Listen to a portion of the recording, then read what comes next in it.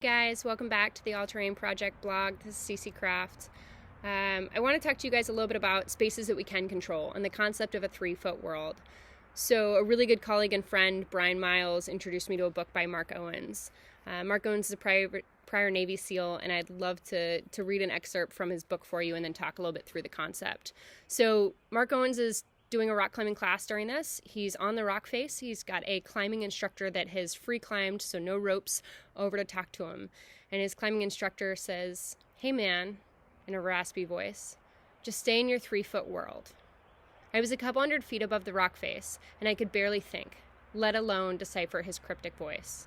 "What the hell are you talking about, bro?" "Only focus on your 3-foot world," he said. Focus on what you can affect. You keep looking around, and none of that shit can help you right now, can it? I shook my head no. "You're calculating how far you're going to fall," the instructor said. "You're looking down at Jeff, but he's not going to come up to help. And you're looking out at the strip. What are you going to do? Gamble your way to the top? Don't look at me. I'm not going to help you either. This is up to you. You're climbing this rock. Stay in your 3-foot world." I'll never forget those words. Stay in your 3-foot world. So working in baseball, I started to realize there were a lot of 3-foot worlds. There was the mound that the pitcher was on, and that was a 3-foot world. And there was the batter's box to step into, and that was a 3-foot world. And no one really could come help you in that moment. You had to stay in that space and dominate it. Dominate how you prepared, dominate what your approach was, dominate your mindset in that space. And the minute the ball left your hand or the minute the ball left your bat, it was out of that 3-foot world and gone from your control.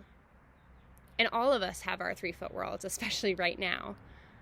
So are you dominating your 3-foot world, or are you focused on everything outside of that? Because I think you can dominate 3 feet. I think you can really dominate that space.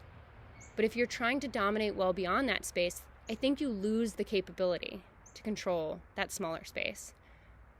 So do we have in some ways the humility to mark off that 3-foot space?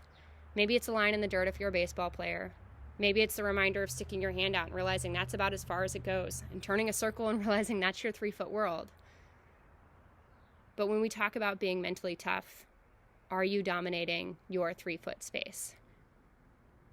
Looking forward to seeing you all in a few days. Take care.